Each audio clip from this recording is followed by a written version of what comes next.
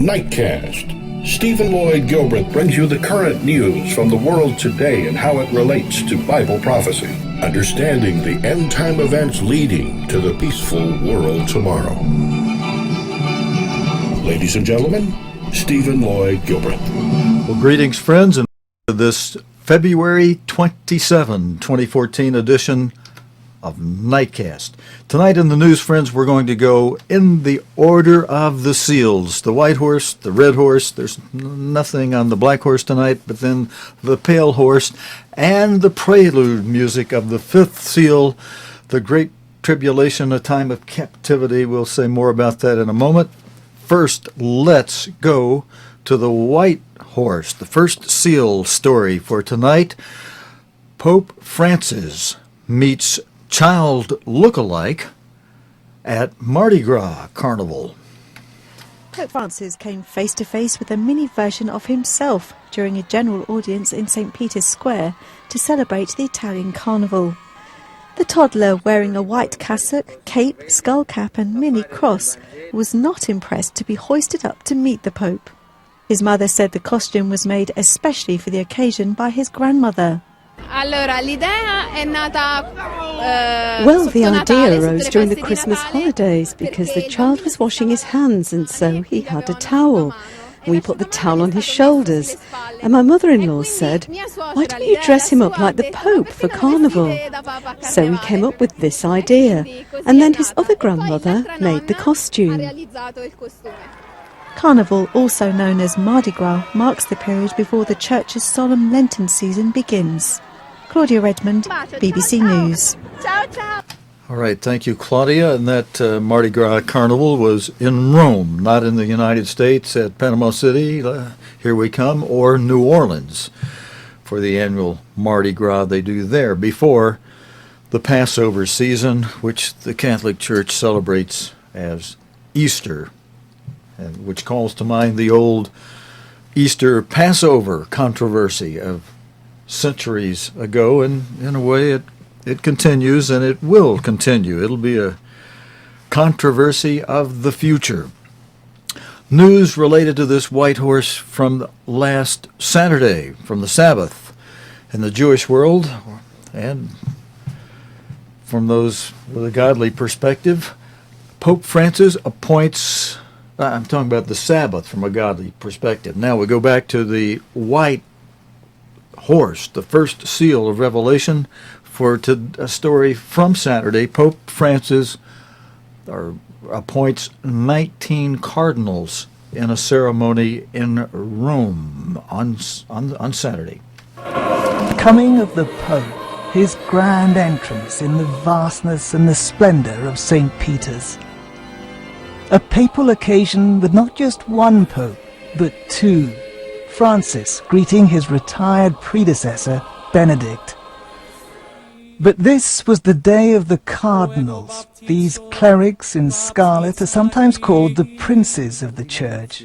New men were being added to this powerful upper echelon that has the honor of electing the Pope. Among them, the leader of the Catholic Church in England and Wales, the Archbishop of Westminster, Vincent Nichols. He was deeply moved, he said, by this elevation in rank. He's an outspoken figure. Just days ago, he criticized the government over its welfare reforms. This Pope of the poor lives surrounded by the opulence of the Vatican, but most of his newest cardinals come from poorer countries, like Ivory Coast and Haiti. Out in the sunshine in St. Peter's Square, crowds of the faithful had followed the events in the Great Basilica. Behind these walls, we just watched Pope Francis appoint new cardinals for the first time. So he's begun that important process of filling his highest ranks with the kind of men who he believes are best suited to lead the Catholic world into the future. Alan Johnston, BBC News at the Vatican. Thank you, Alan. And friends, I went back into our archive a couple of years, back to March 2012, to pull out some video we have related to one of these new cardinals from the Catholic Church, the one from the Catholic Church in England, And Wales, Vincent Nichols, who you just heard in this video, was made a cardinal this past Saturday by the Pope. Now, in this video I pulled out of the archive, you'll hear now Cardinal Vincent Nichols call, he's likened committed, gay relationships are in the news right now. Thankfully, the country of Uganda has passed some anti-gay laws in spite of opposition to passing those laws, even by the United States, which gives a lot of money to Uganda. But they passed the law anyway. Hooray for you, Uganda. You'll have God's blessing for that. Although, really, you fell a little bit short since you only had your law give a maximum sentence of life imprisonment, which creates a burden on your citizenry who their taxes have to pay for the housing, the feeding, the clothing, the keeping warm and comfortable these perverts in the prison system. Be better for them and the rest of the world to just do as God says, just take them out to the field, find a bunch of stones and make a stone heap out of them. But at least Uganda made a step in the right direction. But here's the comments by now Cardinal Vincent Nichols from a couple of years ago when he was likening committed gay relationships to friendship.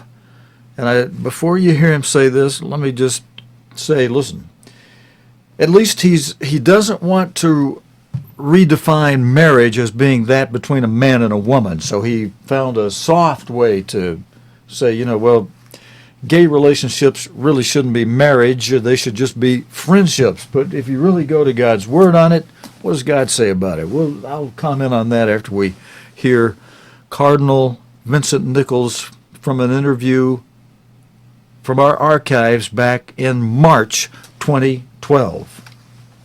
Archbishop, no one is going to require you to conduct a gay marriage. So why have you got anything to say about it? Well, this is not a debate actually about religious freedom. This is a debate about the nature of marriage. And that's why it's very helpful, I believe, that this consultation has now started. And I hope that the debate can be measured and reasonable and really pay attention to the central point is, what do we mean by marriage? What do we understand it to be? Why is it an important institution in this land? You believe marriage to be beneficial to heterosexual couples. Why isn't it beneficial to gay couples? Well, I think you've got to say marriage is beneficial to society because of the complex features that come together in marriage. Well, it's presumably, you also believe it's beneficial for the man and woman concerned. Of course it is. Well, why isn't it beneficial for the two men involved or the two women involved in a gay marriage? Well, let's put it this way. Marriage is about bringing difference together. Different sexes, sometimes different families, different tribes. It's been used to bring kingdoms together. It's about actually bringing difference together, out of which then comes a new start, a new life. And the gender difference is, in your judgment, absolutely essential to that? The gender difference is essential for its creativity and for its complementarity. We have consistently, over the years, redefined marriage. You cited an early example there of marriage as a political device to bring about some sort of different relationship between different tribes. Why can't we redefine it again? No, I think what you're talking about are different uses of marriage, different purposes to which is put, not the definition of it. Now, if this debate was simply about extending marriage, I would be not bothered, but it's not about extending marriage, it's about redefining marriage. That's the crux of it. So far in this conversation, you have not mentioned what most people believe marriage to be, which is a statement of commitment between two individuals. Don't you believe that? Of course it is a statement of commitment between two individuals. Between two gay people as two heterosexuals. But it's not only a statement of commitment between two people.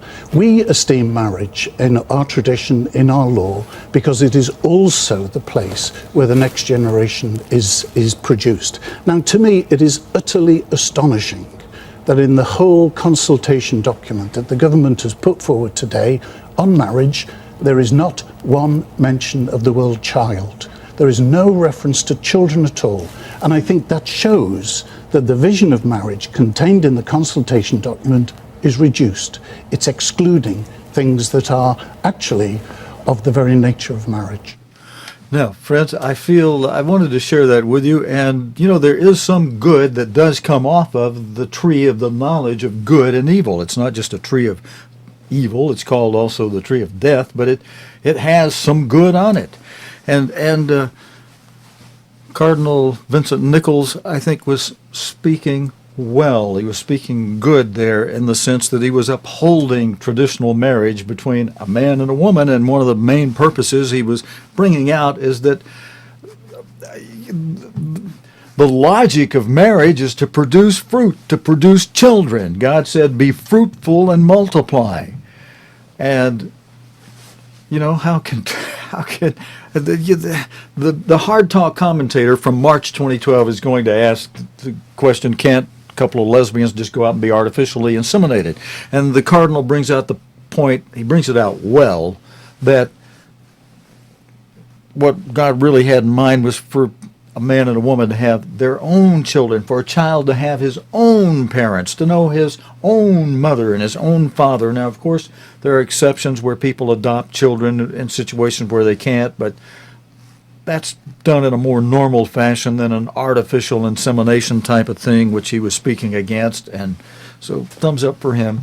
And back in March 2012, the thing that the Cardinal was mentioning that the government was doing that particular time period, March 2012, the government had launched a 12-week consultation on allowing gay couples in England and Wales to marry. And so that's what brought about the interview situation there.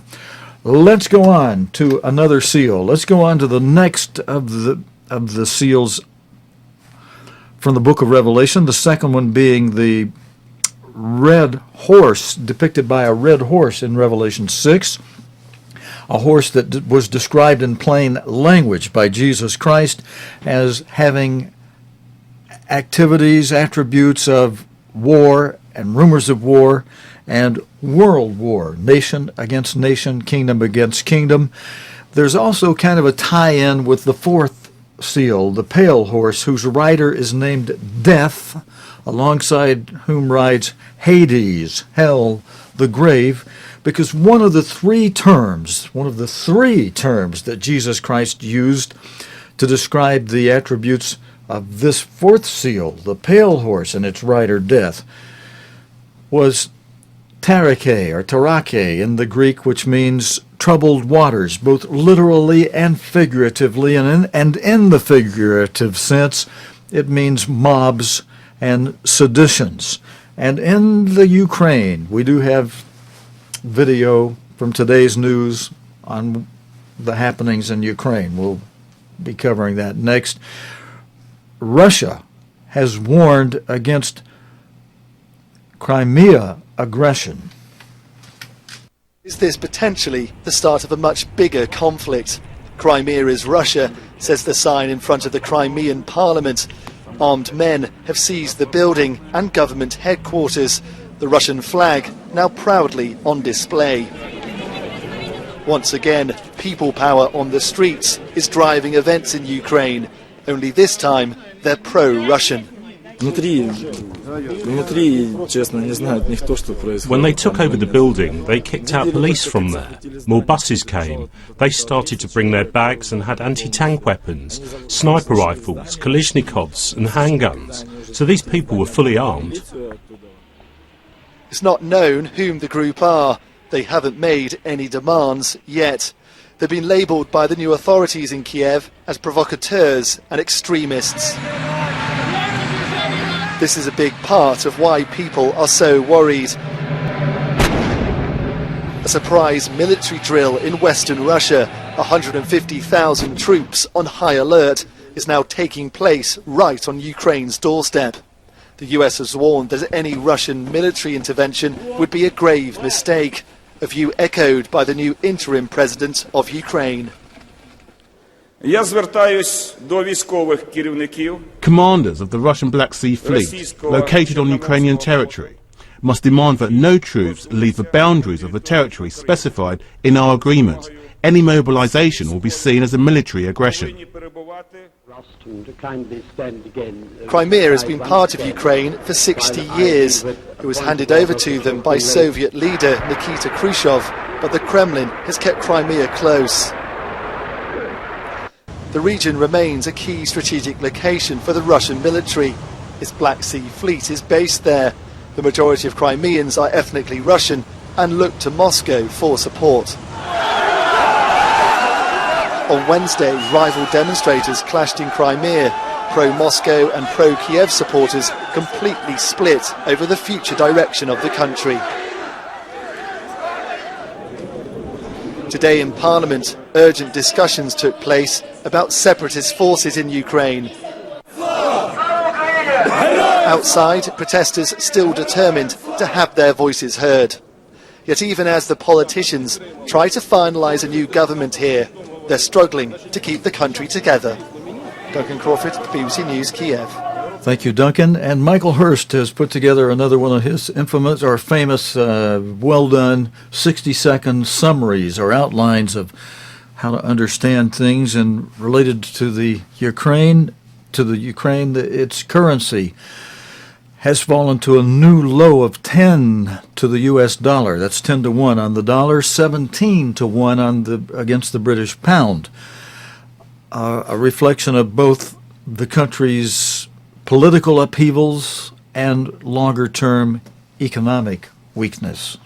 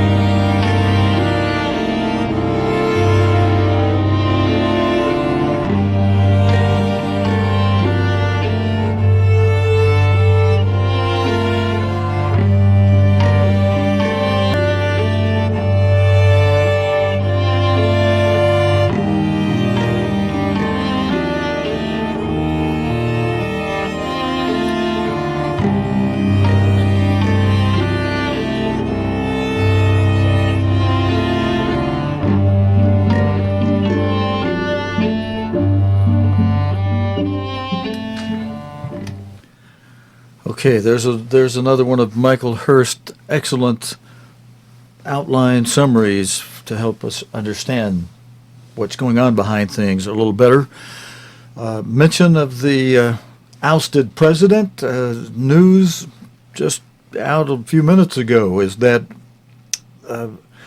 Yukounovich will be speaking from wherever he's hiding out. He is going to be holding a press conference. He's going to be speaking out tomorrow morning. So let's see, tonight's our last newscast until Sunday night. So we'll have that for you Sunday night. You'll probably catch it some way over the weekend. But Yukounovich will be speaking tomorrow. Now, friends, in this video we just saw on the finances, just a little bit of a kind of a Monday morning quarterbacking, a little hindsight on that. Even before the recent political upheavals, the country's economic performance was dismal, to put it lightly, with the economy remaining smaller than it was in 1992 in the early days of the post-Soviet independence. But, and you know, as you saw, I think it was brought out in this video that Khrushchev turned over Crimea to the Ukraine in 1994. Now, we'll see some video in a moment that may show you why that may be working as a mistake. That might not have been such all of this maybe could have been avoided if, in one way, if Crimea hadn't been given over to Ukraine, because it could have stayed with Russia, having been part of Russia, and the rest of Ukraine, perhaps it would have just gone with the EU the way everybody outside of Crimea wants to go. You know, a good majority of them wants to go swing with the EU and the trade with the EU.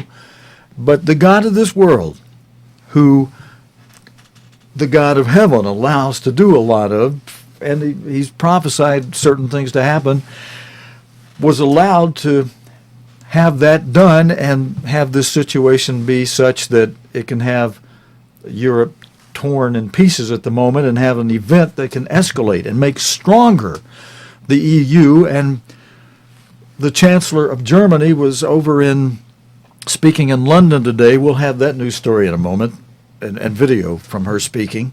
And that and the way London, Britain is talking about possibly either pulling out of the EU or having the EU shape to accommodate the desires of England a lot more. And that's given the Chancellor of Germany a commanding performance audience. You'll see what I mean in a moment. But the political crisis in the Ukraine has aggravated the country's longer-term problems. And the bottom line on the Ukraine's finances we just saw in that little 60-second video by Michael Hurst. Now, in our next video, as Ukraine security forces seize 2 government buildings in the Russian-majority Crimea region, BBC News looks back at the history of the region. Crimea is located on a peninsula stretching out from the south of Ukraine between the Black Sea and the Sea of Azov.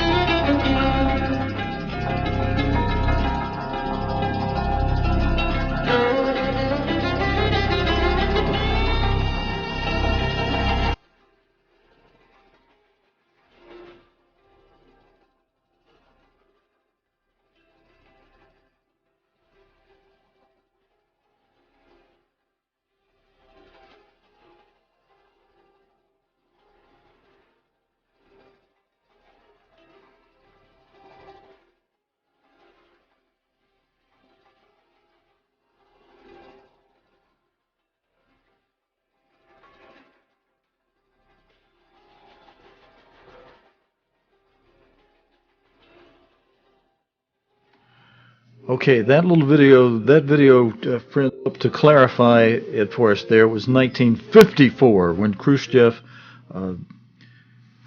did what he did with Ukraine, and then after Russia's collapse after 1991, then in 1954 became part of Russia. Then after 1991, during collapse of Russia, Crimea went back to becoming part of Ukraine. Now, in our next video, we'll see how pro-Russian demonstrators have gathered outside 2 government buildings seized by armed men in Simferopol, the capital of the Russian-majority region of Crimea in Ukraine. The BBC's Mark Lowen in Simferopol says security forces had cordoned off the area, but demonstrators now pushed through police lines, as you'll hear him say here. The Russian flag now flies above the Crimean parliament here in Simferopol. We understand that overnight around about 50 unidentified armed gunmen forced their way inside the parliament building, past those barricades there, that there was some exchange of gunfire, and they're still holed up inside the parliament building. The Crimean government is currently underway to try to negotiate an end to this standoff. Now, if we swing around, you can see that outside the parliament building some pro-Russia demonstrators have gathered. They were further down the square. They then pushed through police lines, waving flags, and then came to outside the parliament building here, which was previously cordoned off by police. They're chanting "Россия, Россия." You can hear Russia. They're saying that we've waited for this moment for 20 years, that they want a united Russia. Now, this is, of course, the biggest challenge for the new Ukrainian government. These people say that illegitimate protesters seized the government in Ukraine and that they say they intend to do exactly the same now here in Crimea. And friends, over in Thailand, support for Thailand's Prime Minister Shinawatra exists despite charges against her. The gates were chained and adorned with posters. This was a sit-in supporting Thailand's beleaguered Prime Minister. Until now, the mass movement which backs her party has kept a low profile. But this red shirt group said it had had enough of watching the anti-government protesters moving around Bangkok with impunity. They believe Ms Yingluck is being treated unfairly by this commission.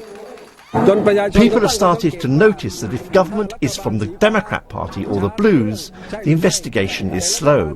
But with Pheu Thai or the Reds in government, the investigation goes quickly. We want the Anti-Corruption Commission to answer this. The Thai army has now established checkpoints all over Bangkok to try to reduce the likelihood of clashes. In any case, the Commission's headquarters are far from the nearest anti-government camp.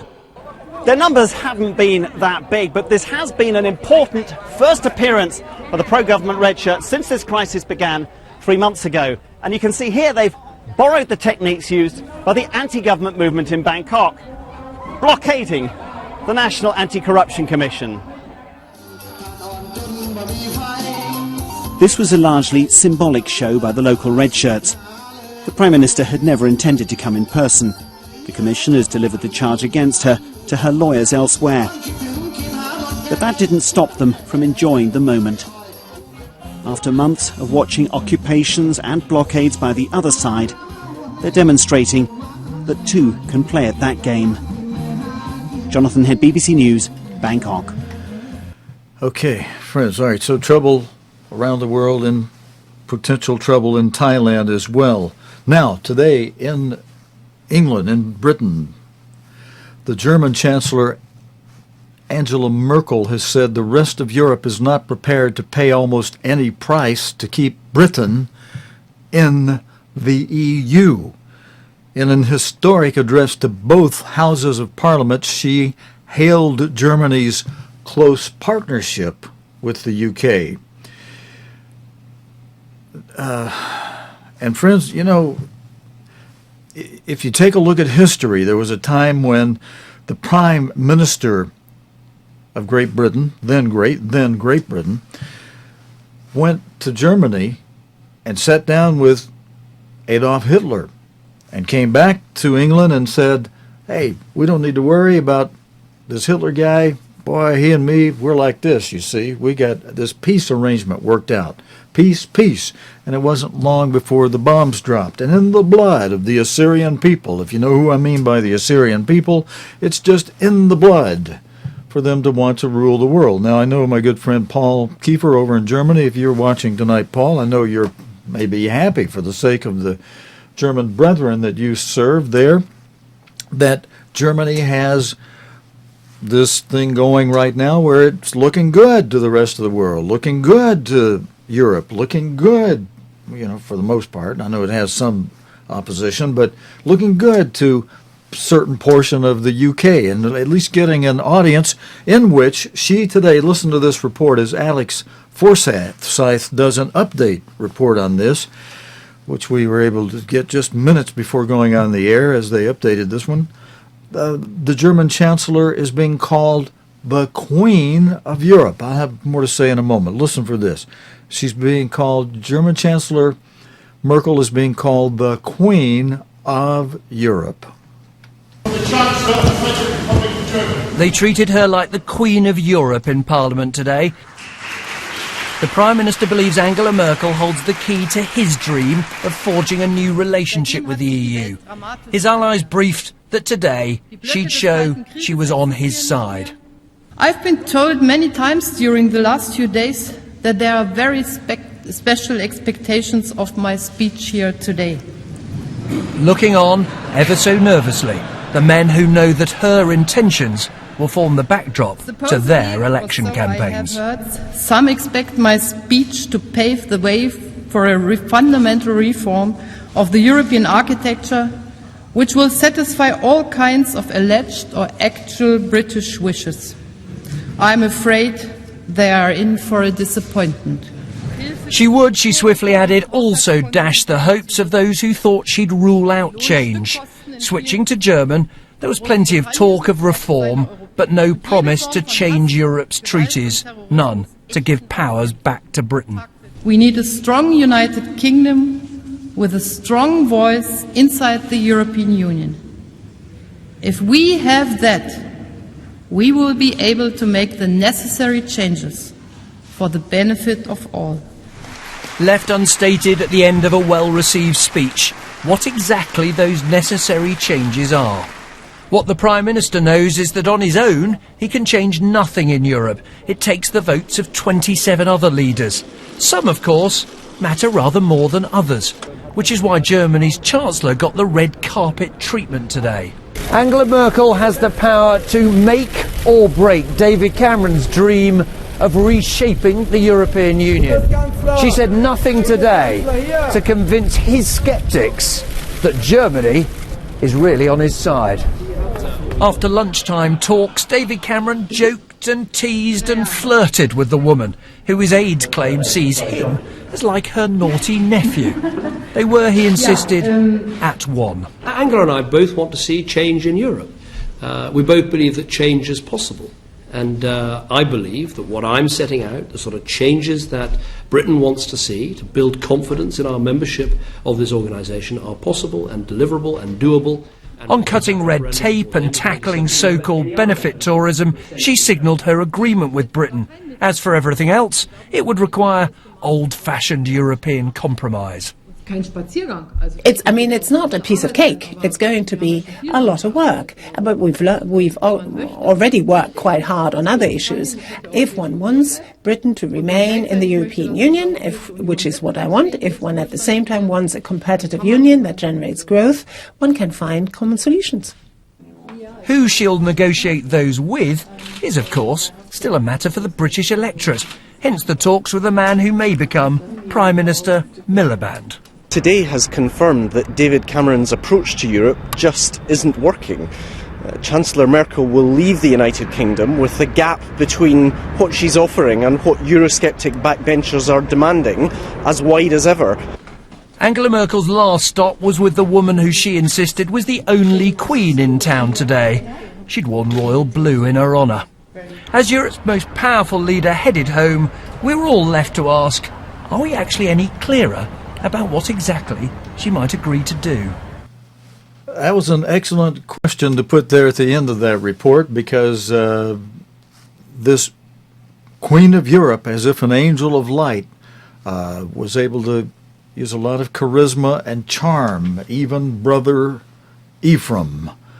And if we would simply look to the lessons of history, friends, we would know the true intent of the Assyrian people, no matter who they or the God of this world put forward to represent them, and how eloquent and how charming and charismatic they may speak. As you heard the closing announcer there say, a lot of wide gaps, and nothing was really nailed down. She left herself a lot of wiggle room while she charmed Brother Ephraim, the British people. I was able to segment another piece of her talk in a different video from the BBC, friends, where German Chancellor Angela Merkel today, in the same talk, paid tribute. Now, part of her charm, part of her charisma, part of her glossing over the atrocities of the German people under the Nazi leader Adolf Hitler. She paid tribute and glossed over the atrocities of the German people under Hitler as she paid tribute to World War I and World War II's fallen victims in her what has become a historic address to both houses of Parliament today. This anniversary year, 2014 in particular, makes it incumbent upon us to commemorate the events of the past together, events that dramatically changed the face of Europe. In the whole of Europe, the focus this year is on remembering the outbreak of the First World War. The First World War 100 years ago. It was the first great catastrophe of the 20th century, soon to be followed by a second one. The beginning of the Second World War 75 years ago, and the break with civilization that was the Shoah. This is a special year of commemoration for Britain too, where you remember your dead, your losses, and the untold suffering that Germany brought through these wars to you. As German Chancellor, I bow my head before the victims of these horrible wars. What would have become of Europe if the people of this country, your country, had not put up such courageous resistance, part of the time standing all alone? What would have been the consequences if they had not found, if you had not found the strength to protect your way of life and to keep alive the hopes of all the nations of Europe for a better future in freedom? The United Kingdom has no need to furnish proof of its commitment to Europe and its basic values. Ladies and gentlemen, this was a quotation from a speech by President Richard von Weizsäcker, which he delivered to both houses of Parliament. Yes, it is true, and it cannot be said often enough. The United Kingdom has no need to furnish proof of its commitment to Europe and its basic values. We Germans can only be grateful to our European partners and to the United Kingdom in particular for placing such trust in a democratic Germany after the horrors of 2 world wars. Allow me to use this opportunity to thank all those almost 1.7 million British servicemen and women and their families who served in Germany. Okay, friends, there you have it. You heard it yourself. And this weekend I'm going to try to come up with some of the scriptures and slides to show on our member channel that reveals some of the background behind what Assyria attempts to do, and scriptures that will explain why we should be remembering the lessons from history and why the victors of World War II should not be allowing the surrendering enemy to have such power in Europe, to be leading a European and to have not only a monetary union and a political union, but it's going to wind up in a military union. And except for the fact that the great God of the heavens has prophesied that he will use the Assyrians to punish the tribes of Israel for our sins, friends. If it weren't for that, I would really come on out and say how foolish, and for not looking into history, for not looking at history and for not saying, look, you people have done this at least twice, and if we really understood and look into the background of your history, for thousands of years you've been trying to rule the world, and we're just not going to, especially after what you've done in the last century, twice now, we're just not going to allow you an opportunity to get a foothold and get out in front and do that again. But God has said he is going to use the Assyrians. I'm going to come up with those scriptures on slides for you. I'll try to do that this weekend on the private member channel and share those with you. Now, friends, we're going a little bit longer tonight. Several of you have been encouraging me to, Steve, there's so much news. Why don't you make this an hour program? Friends, I don't want to do an hour program. If a lot of you really wanted an hour program, well, you could talk to me, but still, I don't want to do an hour program. Maybe we're taking it a little bit longer tonight. Sometimes I may go, there's an old radio station that used to do news. I used to hear they'd say, you give us 44 minutes, we'll give you the world. Well, maybe some nights we'll go 44 minutes. Tonight's probably one of those. I've got something more now from BBC's Hard Talk related to Israel. The Israeli Prime Minister Benjamin Netanyahu currently relies on the support of Jewish Home, a political party that strongly supportive of the settler movement. What happens to that coalition as the U.S. tries to push Israel towards a peace for peace deal? They call it a land for peace deal, but it's a PIECE, piece of the land, for PEACE, peace with the Palestinians. Naftali Bennett is the leader of Jewish Home, and he's Israel's economy minister. He tells Stephen Sacker that the party will not accept any deal that stops Israeli settlements in the West Bank. He's appearing on BBC News excerpt of the Hard Talk program. We believe, according to sources in the United States, that John Kerry may be looking for a construction settlement freeze from the Israeli government in all of the remoter parts of the West Bank as part of a framework to move this peace process forward. Would you support Mr. Netanyahu if he does contemplate that sort of construction freeze? I think that stopping anyone from living in our land is a profound mistake. By the way, no one's asking the Palestinians to freeze their building. If it would be a mutual, that would be a mutual construction freeze. That's something that could be thought upon. Sure, but if you would just address the direct question, will you support, will you accept the concept of a construction freeze as part of Kerry's framework for moving this two-state peace deal forward? No, of course not. Why should I stop building in my land? It's my home. So you're saying to Mr. Netanyahu, if he's contemplating such a freeze, it'll be a deal breaker for you and you'll walk out of the coalition? What I'm saying is, why don't you had now half a year, no demonstrations on the street. You can walk around Israel, everyone's just leading their lives. They had time to reach a deal. You want more time, take more time. Why isn't there a deal to be made? I'll tell you why. Because the Palestinians do not recognize Israel as the Jewish state. It's that simple.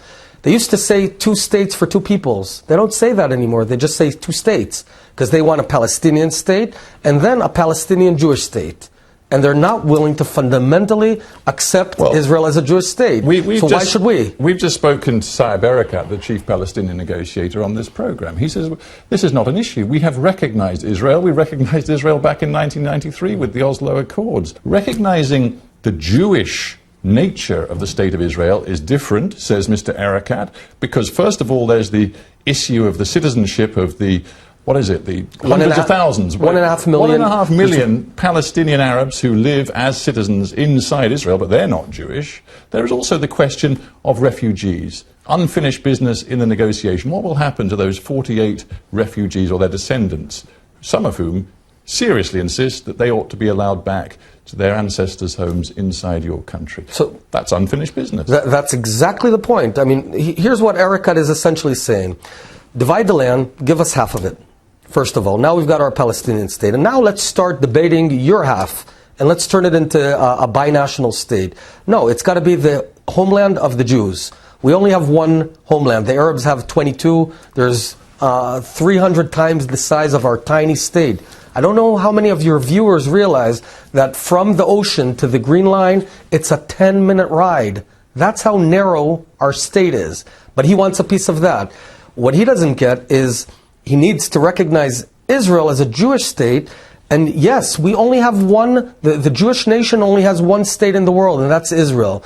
But if he wants it to be this multinational state, that means he wants his state, and then the day we sign that deal, he'll begin fighting for the small Jewish state. Isn't the fundamental fallacy at the heart of your argument this, that you're sort of suggesting to me that you might, if the circumstances were very different, accept a two-state solution, but the fact is you will never accept a two-state solution, because as far as you are concerned, ideologically, all of the land between the Mediterranean and the Jordan River belongs irrevocably to Israel.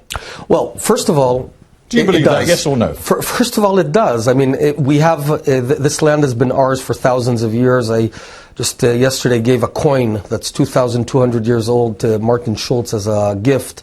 and it's got Hebrew on it. So we've been in this land way longer than America has been in American land and even British in the British land. I do recognize that in our land there are 2 million Palestinians. They've got aspirations. They're not going anywhere, but we're not going anywhere. So we got to figure out how to live together, how to work it out.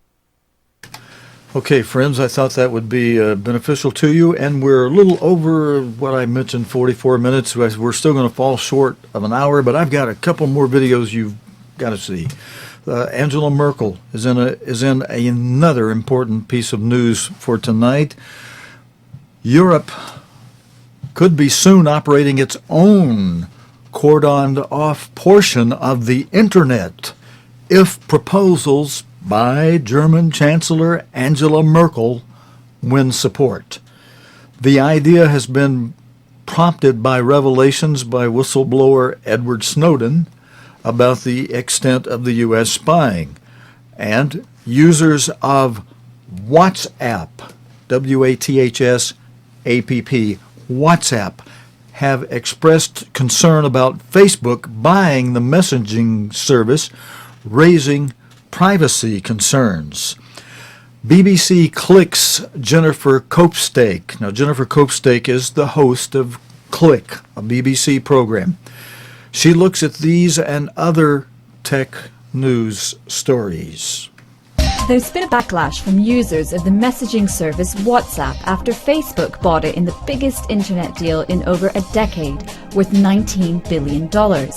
Many of the comments you've sent to us focus on worries over privacy and the introduction of ads. WhatsApp says it has more than 450 million active users and is adding 1 million every day. Facebook boss Mark Zuckerberg said there were no plans to place ads on the service and that WhatsApp would continue to operate independently. Watch this space. Europe could soon be operating its own cordoned-off portion of the internet if proposals by German Chancellor Angela Merkel win support among fellow European leaders. Motivated by the recent NSA revelations, her plans for the European Communications Network would see no emails or other data passing through US data centers. Critics, though, say the design of the internet makes it hard to restrict data traffic to geographic regions. The experience of streaming high-def video to your phone usually falls somewhere between annoying and infuriating. A new technology currently being trialed in San Francisco promises to change all that. The tech, called P-Cell, claims to banish weak signals, dead zones, and network congestion. It works by using many small transmitters rather than a few huge ones, resulting in a more reliable connection for each device. And what happens when thousands of people try to play a video game simultaneously? Social gaming site Twitch is hosting a multiplayer version of the Game Boy classic Pokémon. By typing one of 8 commands in the video's chat, players can control the game one move at a time. But with hundreds of thousands of Pokemaniacs wrestling over the controls, they may have bitten off more than they can Pikachu.